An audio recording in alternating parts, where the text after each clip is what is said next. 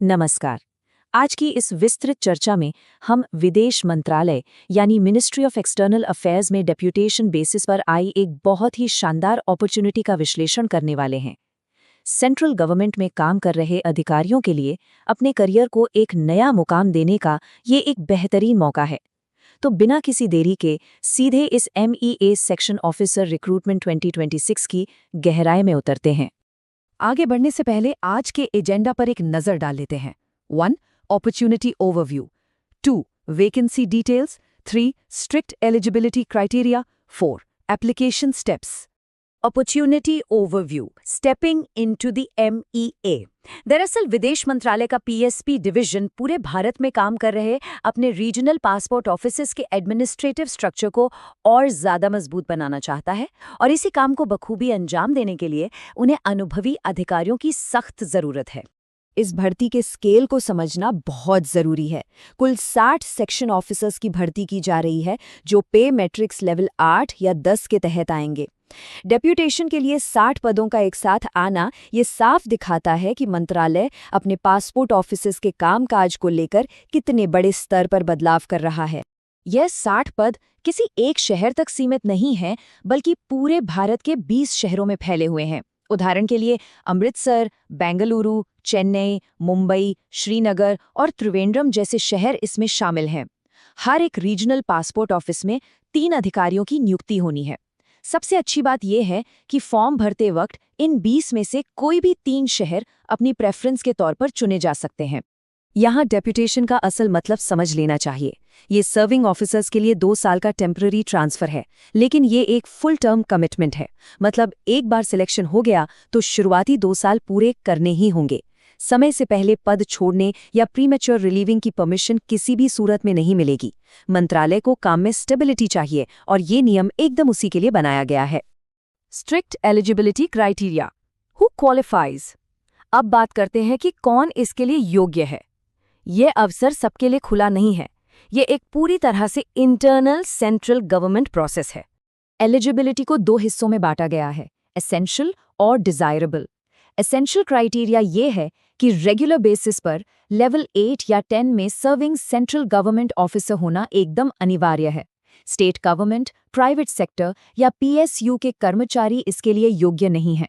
वहीं desirable criteria में RTI, court cases, finance और ऑडिट का अनुभव शामिल है। अगर ये स्किल्स हैं तो इस पद की जिम्मेदारियों को संभालने में काफ़ी आसानी होगी। एज लिमिट को लेकर नियम काफ़ी सख्त हैं। डेप्यूटेशन पर इस नियुक्ति के लिए अधिकतम आयु सीमा 56 वर्ष तय की गई है, और सबसे अहम बात, इस उम्र की गणना 1 जनवरी 2026 के आधार पर की जाएगी। कोई न्यूनतम आयु तो नहीं है, लेकिन इस कट ऑफ डेट को ध्यान में रखना जरूरी है ताकि अप्लाई करते वक्त कोई कंफ्यूजन न रहे। सर्विस रिकॉर्ड का बेदाग होना भी उतना ही जरूरी है। पिछले 10 सालों में कैंडिडेट के खिलाफ कोई भी अनुशासनात्मक मामला पेंडिंग नहीं होना चाहिए, और कोई भी मेजर या माइनर पेनल्टी नहीं लगी होनी चाहिए। और ये बात सिर्फ फॉर्म में लिखने से काम नहीं करेगी, बल्कि फॉरवर्डिंग अथॉरिटी को इसे बाकायदा सर्टिफाई करना होगा।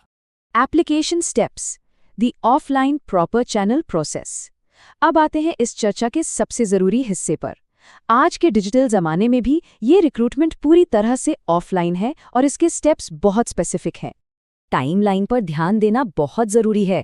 सर्कुलर 22 मई 2026 को जारी किया गया है, लेकिन जो सबसे क्रिटिकल डेट है वो है 17 जुलाई 2026।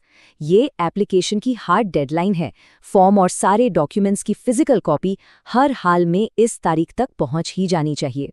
तो आखिर अप्लाई कैसे करना है? इसके 3 आसान लेकिन बहुत क्रिटिकल स्टेप्स हैं। स्टेप 1, एनेक्स्चर I को 2 प्रतियों में यानी डुप्लीकेट में भरना है। स्टेप 2, इसके साथ पिछले 5 साल के ACRs और सारे आवश्यक क्लियरेंसेज अटैच करने हैं।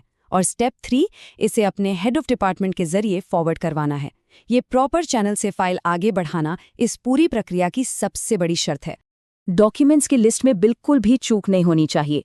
Annexure I, cadre clearance, vigilance clearance और पेनाल्टी डिटेल्स के साथ अटेस्टेड ACRs या APRs अनिवार्य हैं। यहाँ एक बहुत बड़ा कैच है। ACRs के हर एक पेज पर किसी ग्रुप A ऑफिसर के अटेस्टेशन वाले हस्ताक्षर होने ही चाहिए।